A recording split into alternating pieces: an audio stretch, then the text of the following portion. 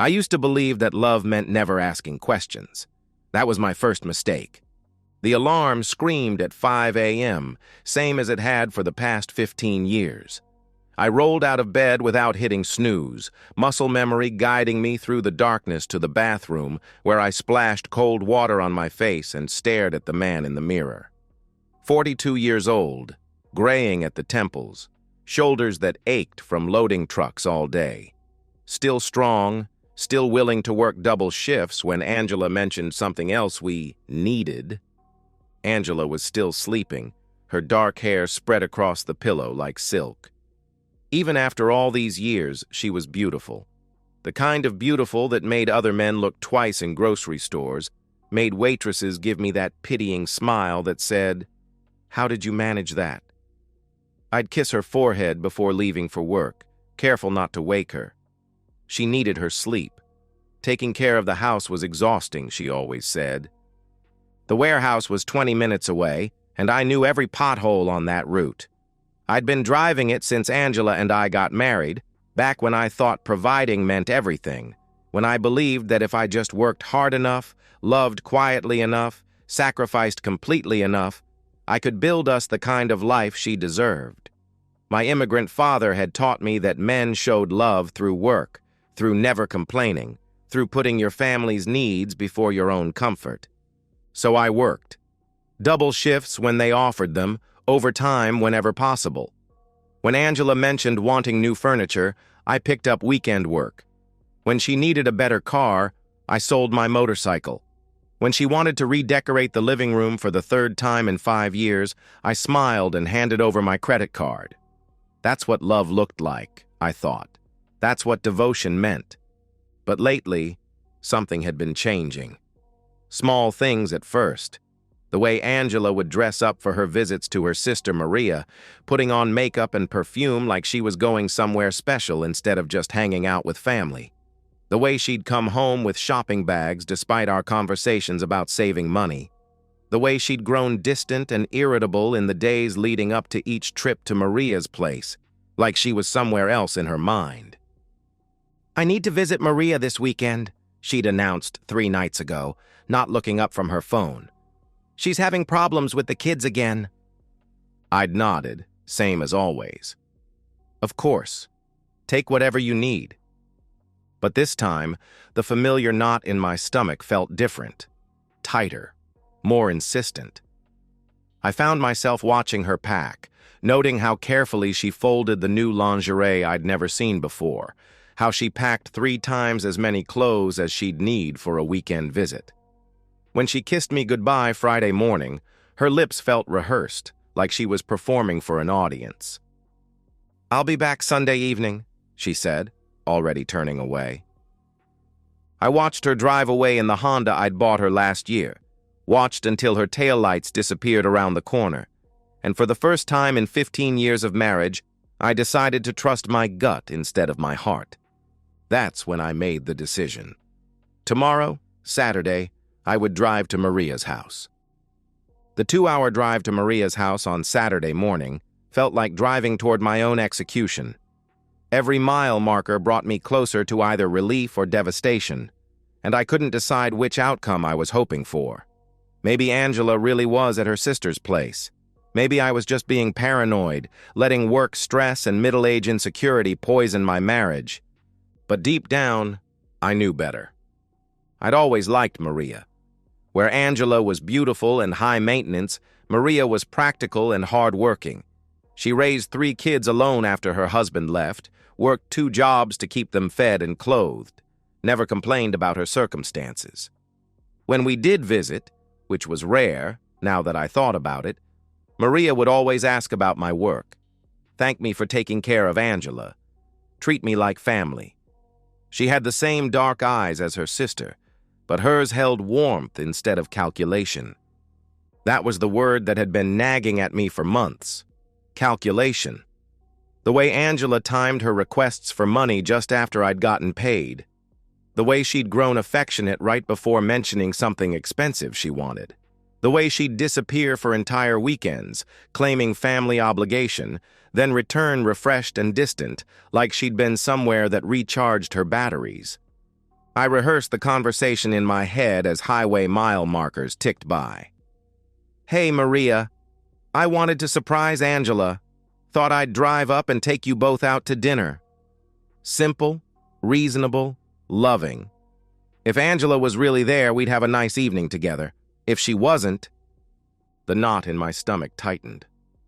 I thought about the last time we'd been intimate, really intimate, not just the mechanical coupling that had become our routine. It had been months.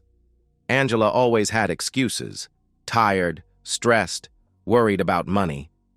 But now I wondered if there was another reason, if someone else was satisfying needs I thought were mine alone to meet.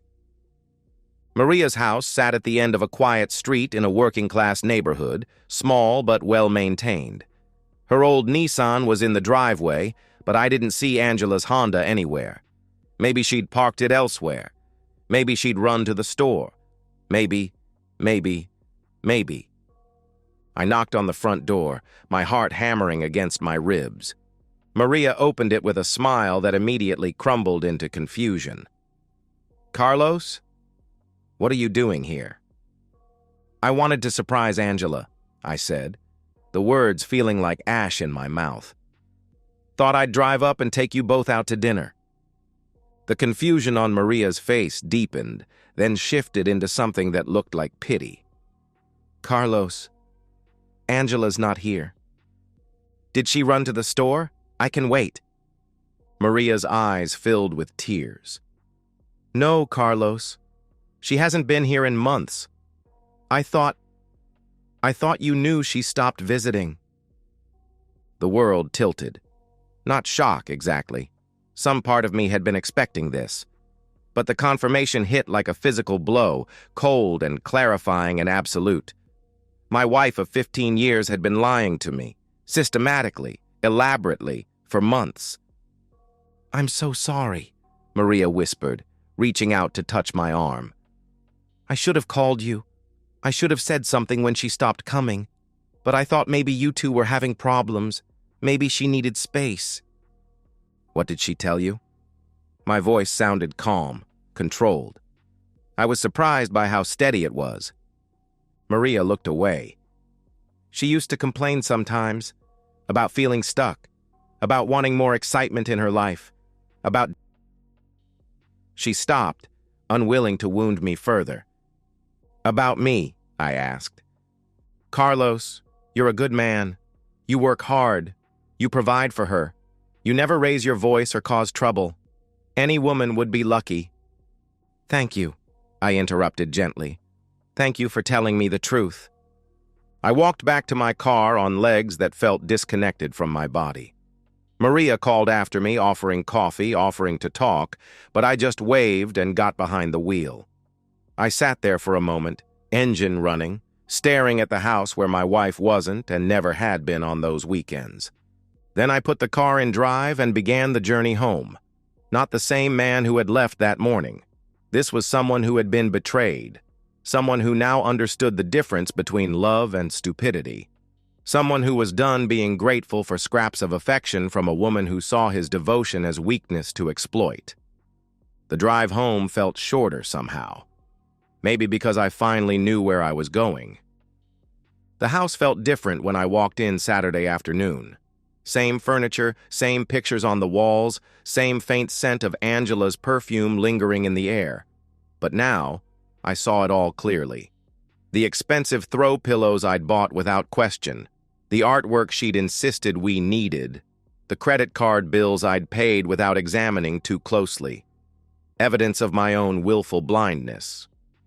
I sat in my recliner, the one piece of furniture that was truly mine, and felt something I hadn't experienced in years: clarity. For the first time since our wedding day, I wasn't reacting to Angela's needs or wants or moods. I was thinking for myself. Sunday morning, I called in sick to work. First time in over 3 years. My supervisor sounded genuinely concerned. Carlos Mendoza didn't miss shifts, didn't call in, didn't put his own needs above the job. But this was bigger than work. This was about rebuilding my life on a foundation of truth instead of delusion. By noon, I was sitting across from Sarah. divorce attorney. I'd found her online, read reviews from other working-class men who'd been taken advantage of by wives who saw marriage as a meal ticket. Sarah was sharp, professional, and brutally honest about my situation. "You're in a better position than most men who come to me," she said, reviewing the paperwork I'd brought. "House is in your name alone, purchased before marriage. She has no employment history to claim spousal support.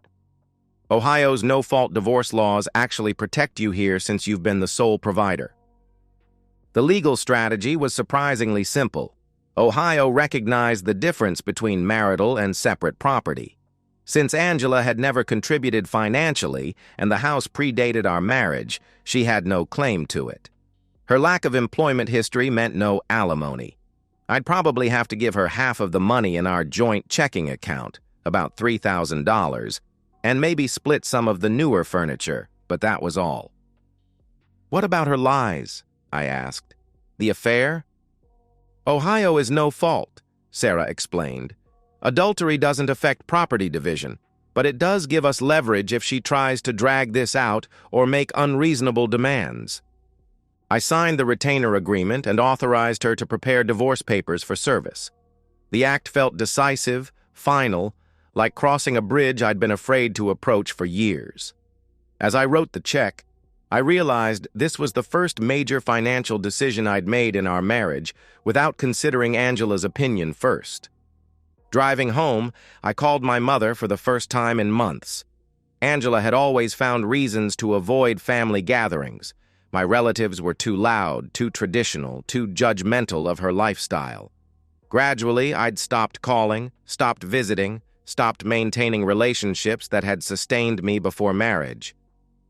"Mijo," my mother said when I told her about the divorce, "I've been waiting years for you to wake up."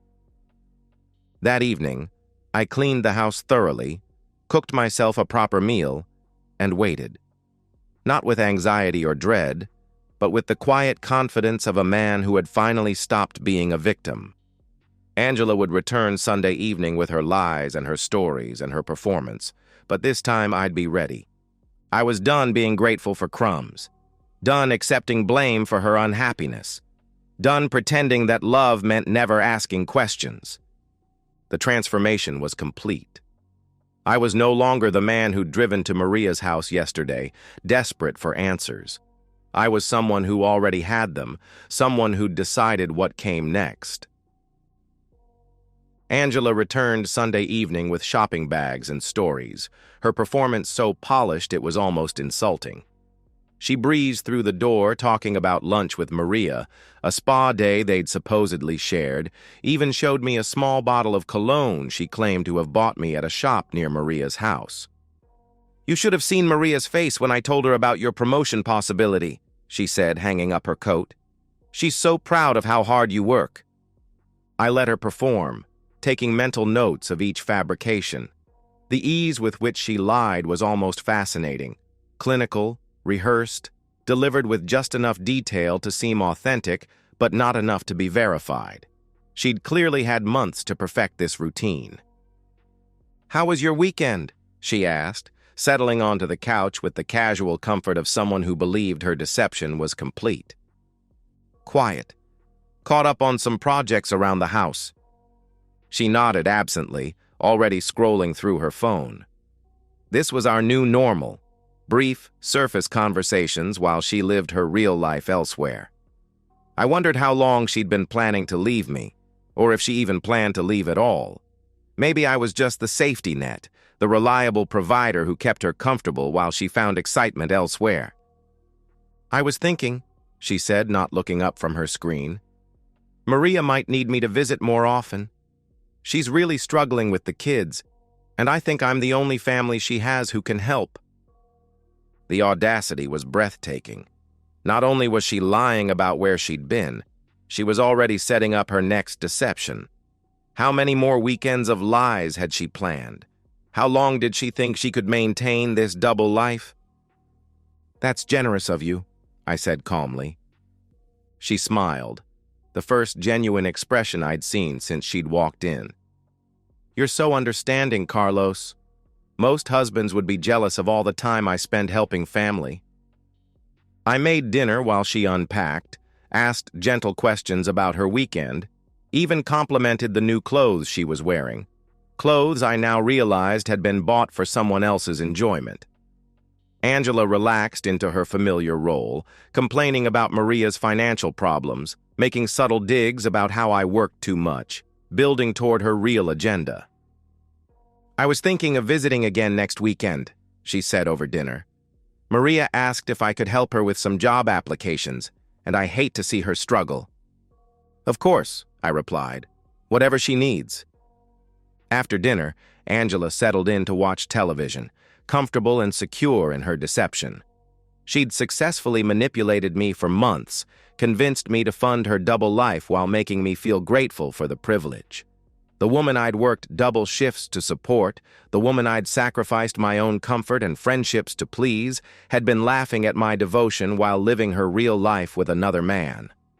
I waited until she was completely relaxed, until she'd stopped performing and become simply herself. Selfish, entitled, comfortable in her control over me. Then I walked to the kitchen, retrieved the envelope Sarah Chen had prepared, and returned to the living room. "Angela," I said quietly. She looked up from her phone with mild irritation, annoyed to be interrupted. I handed her the envelope. "I talked to your sister yesterday. You haven't been there in 2 months. This marriage is over. Get out of my house." The change in her face was instant, confusion shifting to shock, then to something like panic as she tore open the envelope and saw the divorce papers. She read quickly, her face going pale, then looked up at me with an expression I'd never seen before. Genuine fear. "Carlos, what is this? What are you talking about?" "You know exactly what I'm talking about," I pressed. She tried tears first. "Baby, I don't understand. Did Maria say something? She must have been confused, maybe." "Angela, stop," I said. The firmness in my voice seemed to surprise her. She'd never heard me speak with absolute authority before, never seen me refuse to be moved by her emotions. "You've been lying to me for months. You've been somewhere else with someone else, spending money I work 16-hour days to earn. I know about the affair. I know about all of it." She switched tactics, tears becoming anger. "You had me followed? You've been spying on me? I've been trying to understand why my wife has been lying to my face every weekend for months. I never... Stop lying to me."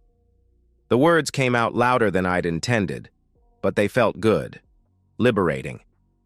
I'm done listening to lies. I'm done pretending this marriage is something it isn't. I'm done being grateful for scraps of attention from someone who sees my love as weakness. Angela's performance crumbled.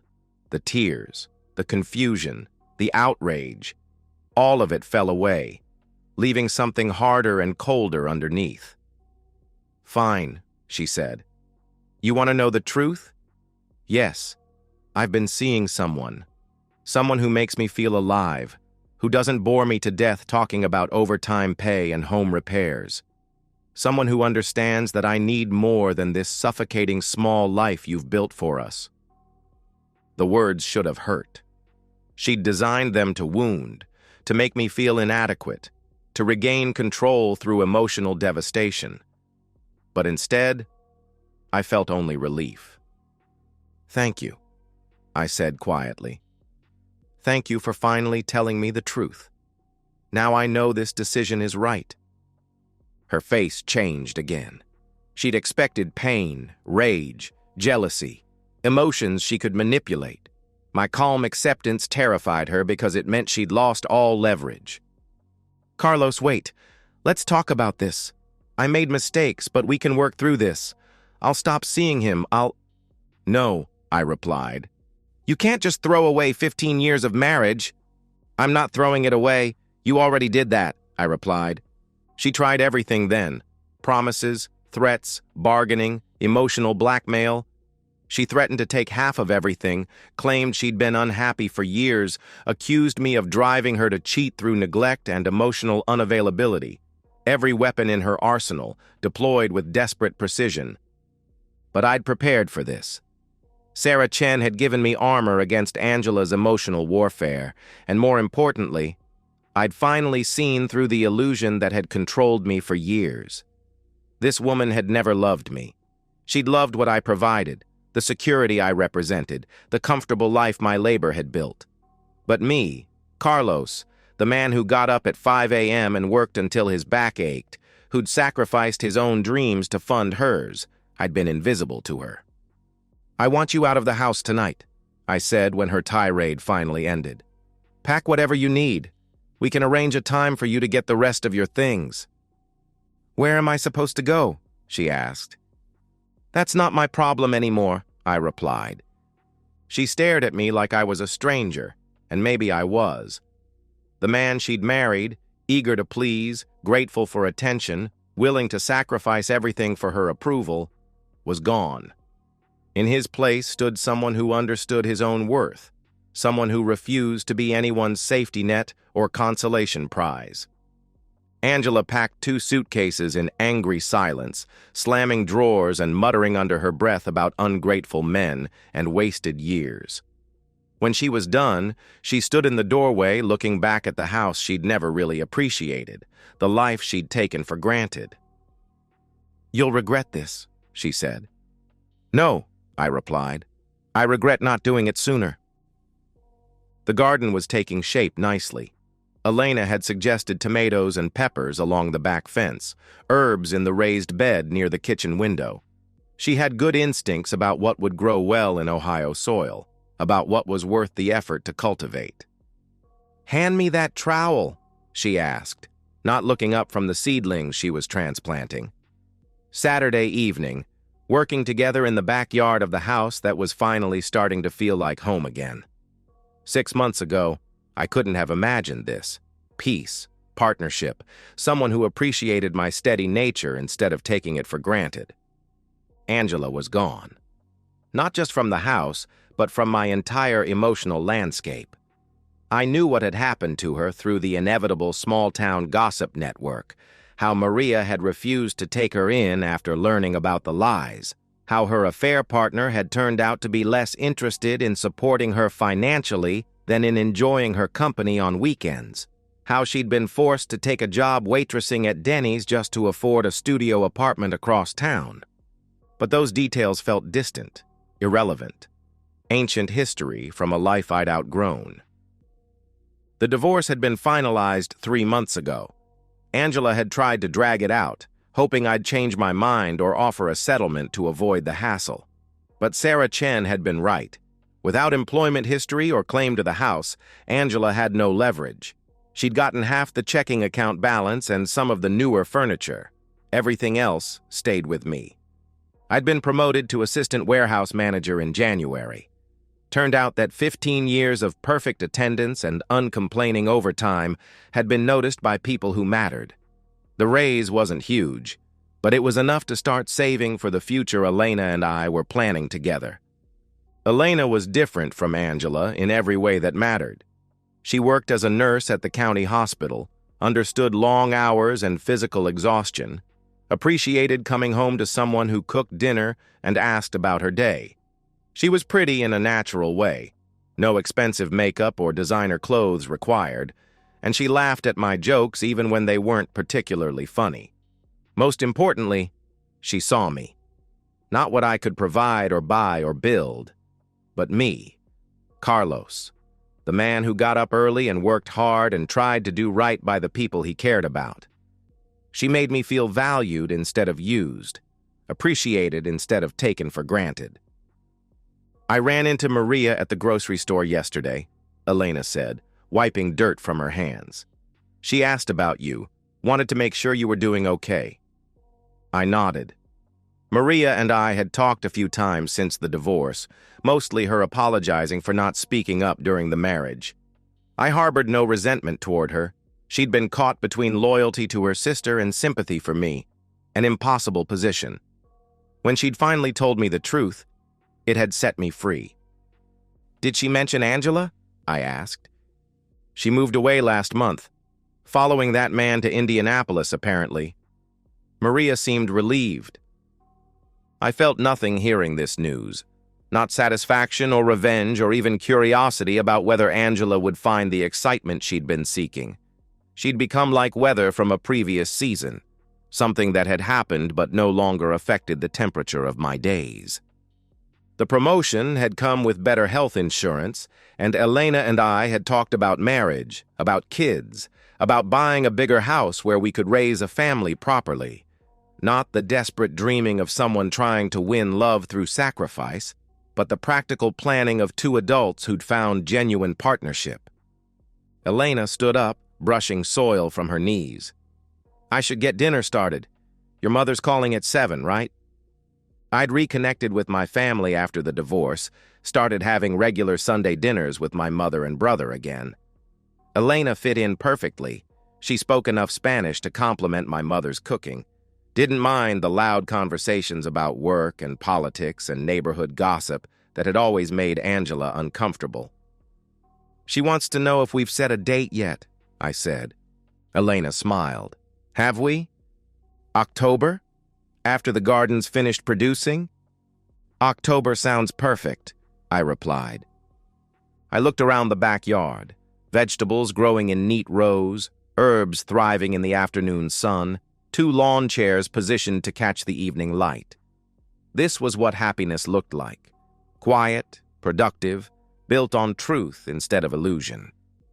My phone buzzed with a text from an unknown number.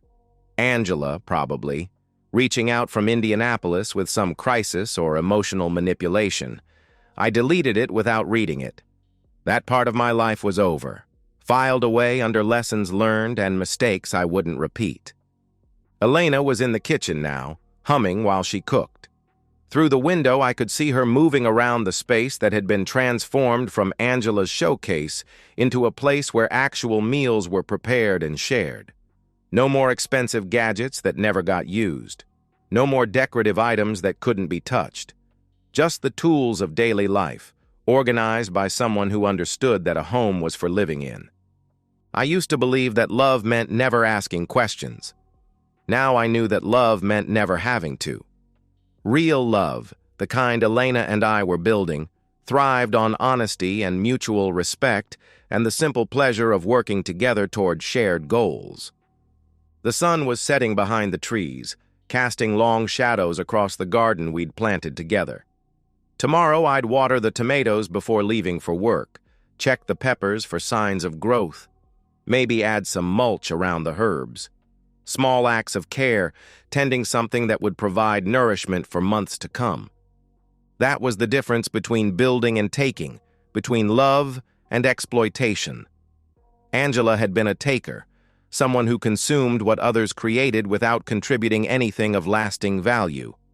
Elena was a builder, someone who understood that the best things in life required patience, effort, and mutual investment. I was grateful for the betrayal now, not because it hadn't hurt, but because it had freed me to find someone who deserved my devotion. Someone who saw my quiet strength as a gift instead of a weakness to exploit. The garden would be beautiful this fall. And so, we've reached the end of today's story. Was it what you expected, or did it take a twist you didn't see coming? I'm curious to hear your thoughts. Share them in the comments below, and let's get a conversation going. If this story kept you hooked, make sure to hit that like button. And if you're new here or just haven't subscribed yet, now's the perfect time to join our community. I bring you fresh, captivating stories every day, so click that subscribe button and turn on notifications so you never miss out. Thanks for watching, and I'll see you in the next one.